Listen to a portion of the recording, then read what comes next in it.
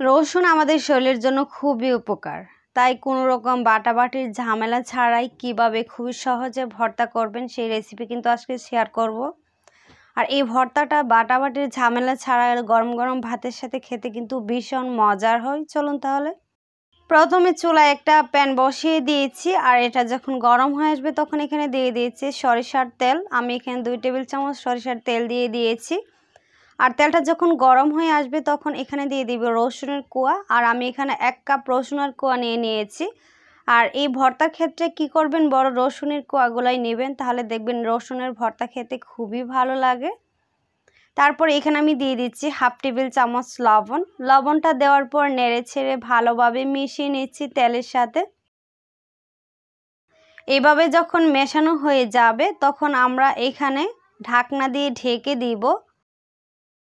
ঢাকনা দিয়ে ঢেকে রসুনটাকে কিন্তু ভালোভাবে সিদ্ধ করে নিতে হবে। আর এই পর্যায়ে কিন্তু চুলার আঁচটা মিডিয়ামের চেয়ে নিচে রাখতে হবে। আপনি যদি হাই হিটে এগুলাকে ভাজতে যান বা সিদ্ধ করতে যান তাহলে কিন্তু পুড়ে যাবে।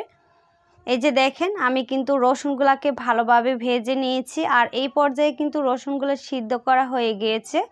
এই যে দেখেন, চেক করে নিচ্ছি প্রত্যেকটা রসুন কিন্তু সিদ্ধ হয়ে গিয়েছে। আর আপনারা কিন্তু রসুনটাকে অবশ্যই ঢাকনা দিয়ে ঢেকে তারপরে এইভাবে সিদ্ধ করে নেবেন বা ভেজে নেবেন। উপরের দিকে দেখবেন সুন্দর কালো কালো যখন একটা দাগ লেগে যাবে তখন বুঝবেন যে আপনার রসুনটা ভালোভাবে ভাজা হয়ে গিয়েছে। উঠিয়ে সাইডে রেখে দিব। তারপর চুলায় যে প্যানটা বসানো আছে ওটার মধ্যে আবারও দিয়ে দিচ্ছি সরিষার তেল। তেলটা যখন কিছুটা গরম হয়ে আসবে তখন আমরা এখানে দিয়ে দিব শুকনো মরিচ। আর আমি এখানে প্রায় 7 থেকে 8টার মতো শুকনো মরিচ নিয়েছি। শুকনো মরিচ হচ্ছে যার যার ঝাল ইচ্ছে মতো। আর এই মরিচগুলো কিন্তু বেশি একটা ঝাল হয় না, তাই একটু বেশি করেই দিয়েছি। মরিচগুলোকে এখন আমি কিছুক্ষণ ভেজে নেব। মরিচগুলো কিন্তু একেবারে পুড়ে ফেলা যাবে না। এভাবে যখন ভাজা হয়ে যাবে তখন আমরা মরিচগুলোকে উঠিয়ে নিব। আর আমার মরিচ ভাজা হয়ে গিয়েছে, মশমশা কিন্তু হয়ে গিয়েছে, উঠিয়ে সাইডে রেখে দিয়েছি। তারপর এই তেলের মধ্যে এখন দিয়ে দিচ্ছি পেঁয়াজ কুচি। আমি এখানে 2টা পেঁয়াজ কুচি করে নিয়েছি।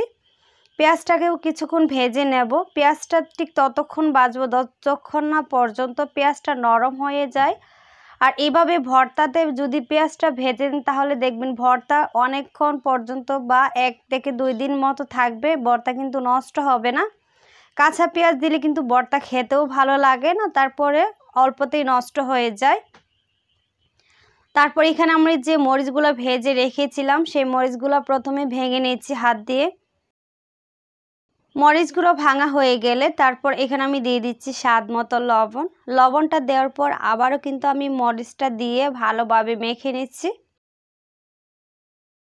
মাখা হয়ে গিয়েছে। এখন আমরা এখানে দিয়ে দিব রসুনগুলাকে, একটা সাইড করে রেখে দিচ্ছি। তারপর এখানে আমরা দিয়ে দিচ্ছি রসুনগুলাকে, যে রসুনগুলো আমরা ভেজে রেখেছিলাম। রসুনগুলাকে কিন্তু একে একে ভালোভাবে ভেঙে নিব। আর রসুনটা একটু ভালোভাবে কিন্তু ভেজে নিতে হবে। দেখবেন যে অল্পতে চাপ দিলে কিন্তু রসুনগুলা ভেঙে যায়। এই যে আমার রসুন সবগুলা কিন্তু ভাঙা হয়ে গিয়েছে।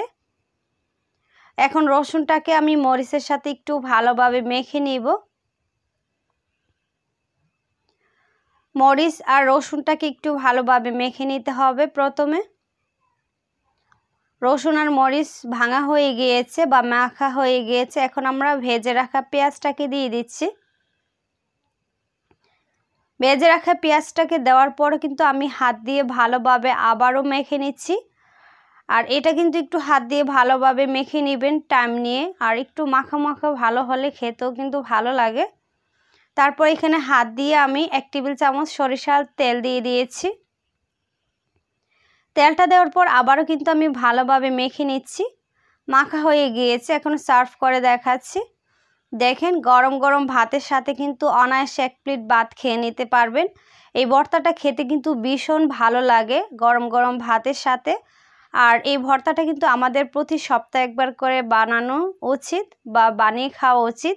এই ভর্তাটা আমাদের শরীরের জন্য খুবই উপকারী।